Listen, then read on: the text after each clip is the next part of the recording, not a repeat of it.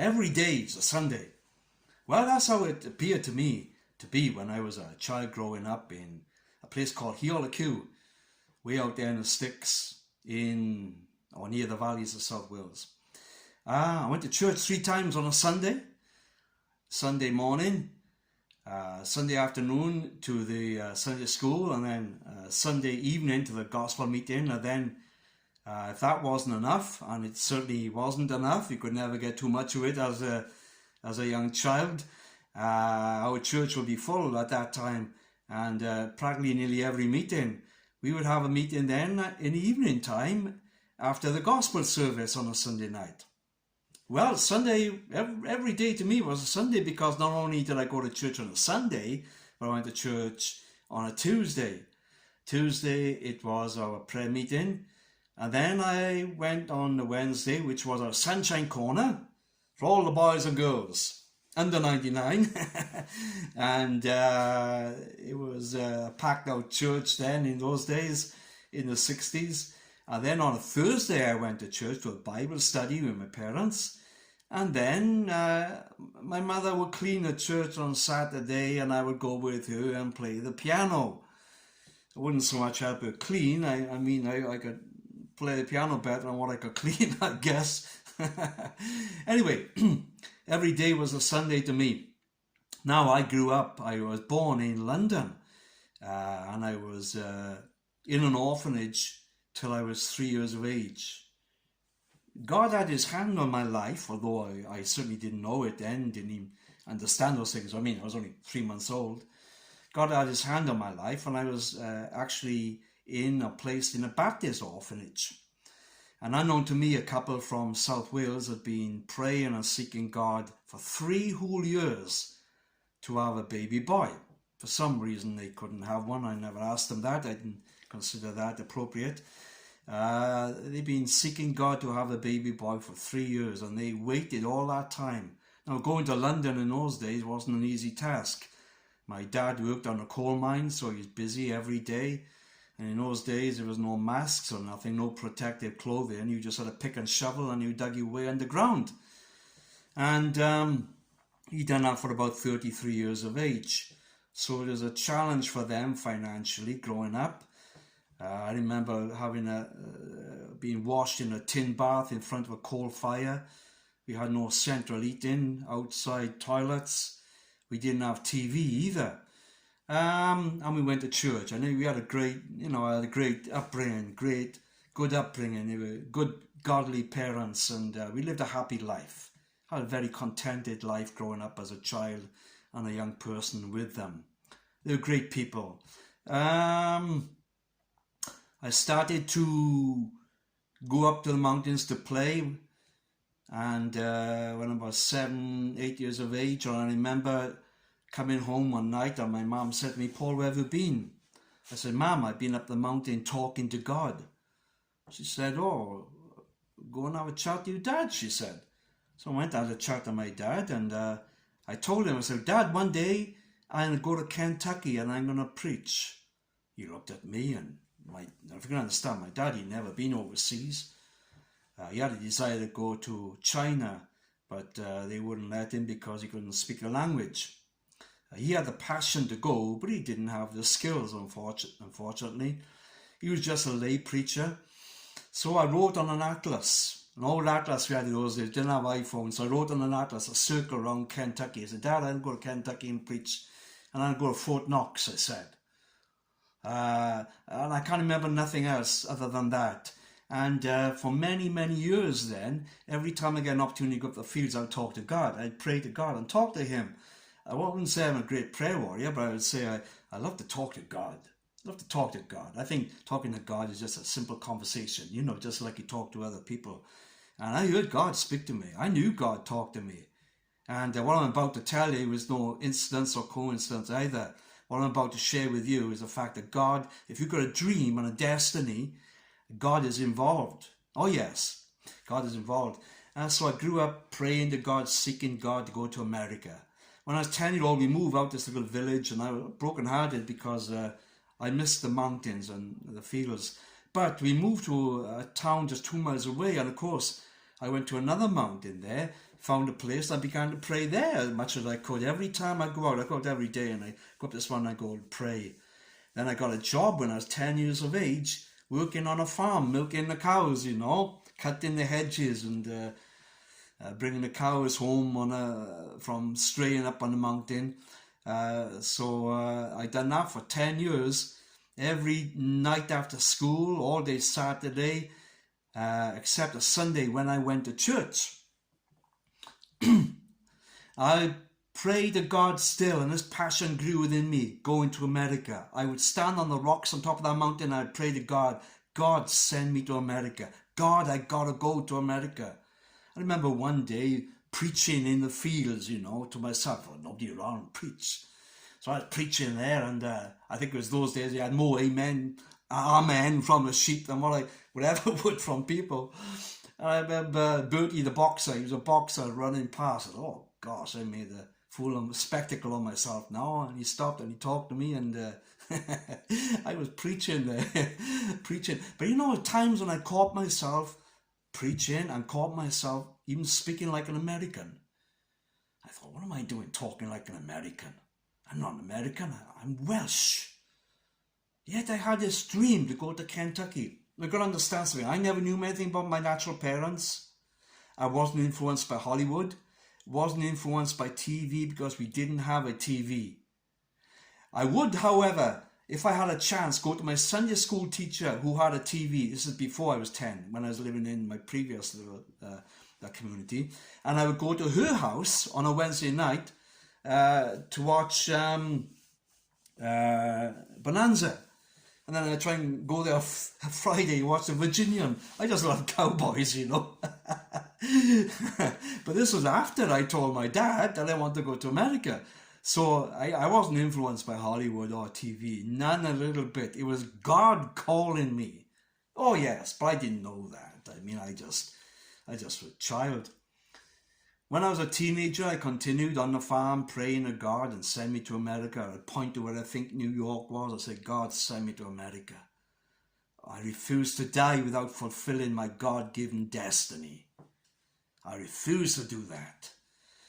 Later on, when, of course, they had TV and I was in my 20s by this time, I began to see people on TV who were big-time preachers, Jimmy Swaggart and many others, I thought, wow, this is awesome what they're doing. There's another world in America, another world entirely. But my dream had already been formed in my spirit. Oh, God. One of my things was I wanted to go to Dallas, and as well as Kentucky. Got married then when I was 21. I had two beautiful children, Jonathan and Rebecca. Oh, fantastic kids they are. And sadly got divorced not long after that. However, I had already been in the ministry for 10 years, pastoring in Wales, and we had a great time. Some trials there as well. Our church had been burnt down, and burnt down twice. But a lot of people from the secular world and from the spiritualist world had come in and got saved, born again, filled with the Holy Ghost, and had joined us. The time had it for me to join the police force. I joined the police force, but I wasn't satisfied. This dream was building in me. I thought, Lord, I'm wasting my life here. I'm earning a living, money was reasonable, but I'm not getting anywhere. I'm not doing what God told me to do. And this is what came to me. What if one day I stand before God, he's going to say, Paul, why don't you fulfill your vision? Why didn't you do what I told you to do? I'm not going to have an answer. So I went up and I told my boss in the police force, I said, I'm going to go to America 1 year from now. So 1984. And I said, I'm going to do what God told me to do. You know what? He turned around, he told me, he said, that's your calling.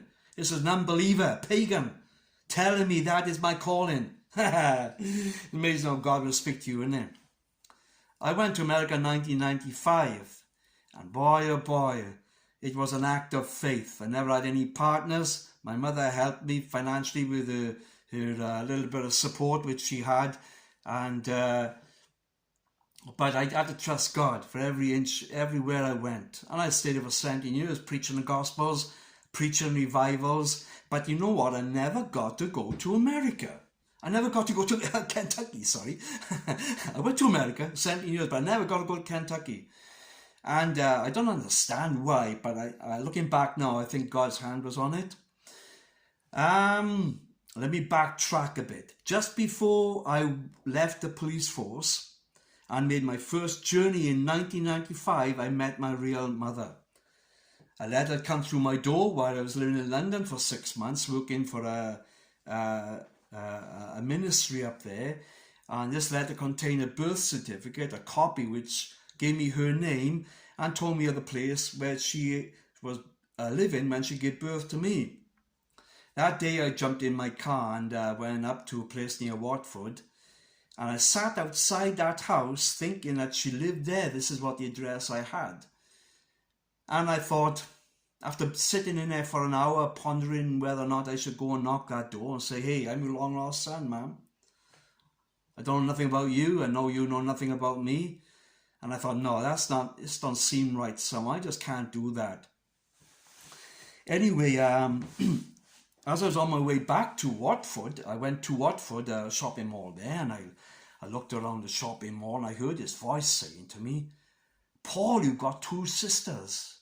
I thought, wow, I knew it was God talking to me again. That night, to cut a long story short, I was talking to my mother, who I never met, I never knew anything about. And Saturday, 4 days later, in London, I was knocking on the door. There were my 2 sisters or my mother, and all day long we spent talking to each other and sharing our stories. One thing she asked me, she said, tell me about your life. I said, well, I've been working on a farm, I said, since I was 10 to 17. And I prayed to God to send me to America. I said, I'm working for the police force and I'm about to finish my work there and go to America as a missionary. She said, America? She said, you've been working on a farm and you go to America? I said, yes. She looked surprised. I said, why are you surprised? She said, do you know anything about your father? I said, no. I knew nothing about my father. I said, I know nothing about you. I had a birth certificate and I know I'm adopted. That's all I know. Nothing more. Nothing more. And she said, your father is a farmer from Kentucky. I thought, wow, Lord, my father is a farmer from Kentucky. This is absolutely amazing. Cut a very long story short, I went to America, 17 years, preaching the gospel there. Loved every minute, had my trials, had my difficulties, had my struggles, but I thank God for every moment of it. I came back then, and in 2019, November time, my son Jonathan, he's in his 30s, he called me up and said, Dad, I think I found your father. I said, what? He said, I've had my DNA done, he said, and there's a copy. There's somebody who's claiming to be a relative of ours. He said, he could be your father. But he said, I know you are my father. He said, therefore, this man must be a very close relative of yours. He said, a brother or something. Well, I found a brother I never knew I had. His name is Joe. I found him on Facebook. From Missouri. Joe. Oh. And I found that there had 2 brothers and 2 sisters there. And on his page, he had a picture of a man who looked exactly like me. Or you could say I looked exactly like him. My dad. It's incredible resemblance. Anyway, I contacted him by email. He wrote back, he said, I want to meet you. And he invited me over to, do you know where? The place he lived. Where was that? Kentucky. The place of my dreams. My dad lived in Kentucky. Now here I am, 60 years of age. I never met my dad before and he invited me to Kentucky. That's where he's from. Oh, I said, when we talked together, I shared with him my story, and he said, after I told him I'd been working on a farm and I'd been in the police force, he said, you know what? He said, my first job was on a farm. He said, I loved the farm. He said, and I've been a sheriff in the police force, he said, a law enforcement officer. I thought, wow, this is so strange. But I knew God. I knew God was in all this. He told me about the history of their family, how they first landed in Fort Knox. Fort Knox is where the families emigrated to from Ireland back a few generations before that. And the government gave them 400 acres of land each. Can you believe that? You know what? There are things in your spirit and in your blood that no man can take away. Younger a man to tell you all the ins and outs and the information, give you all the details. God will show you your dream. He will give you a passion. He will give you a destiny. He will give you a purpose. And when I had a great time, my whole family there. It made me feel so much at home. One incredible family. 2 brothers, 2 sisters, mom and a dad, all their kids and all their grandchildren. Me and Jonathan, my son, we went over. We had a fantastic time. Beautiful family. Loving, welcoming. Oh, amazing time. And I want to go over and see him again. God is so good. God will do a miracle for you. Do you believe that? God does a miracle for you. And I went to prisons and boys' homes, troubled boys' homes in America, youth groups, and I spoke to them. And I used to tell them before I knew the completion of my story, before I ever met my dad, I would tell them, I said, don't be mad against your parents. Don't be mad against them. Don't be angry with them. I said, ask God to forgive you, because the Bible told me, God's word tells me that God has you on his reins. Remember those things? My mother used to put them around me when I was a toddler, to hold me back, and I would try and run. God has you on his reins and he's directing your pathway, and all things work for good. I said, God will show you your destiny. I said, good will come out of bad. Life will come out of the struggle. Hope will come out of the difficulty if you can only believe and trust God. You know what? I never went and I preached in Kentucky, but I found my family there. God was using it. I wish I'd known. I wish I'd prayed harder. Maybe God would have shown me, more clearly, or maybe I would have heard and understood more clearly. But friends, you've got a destiny. It's in your blood and in your spirit. That call cannot go away.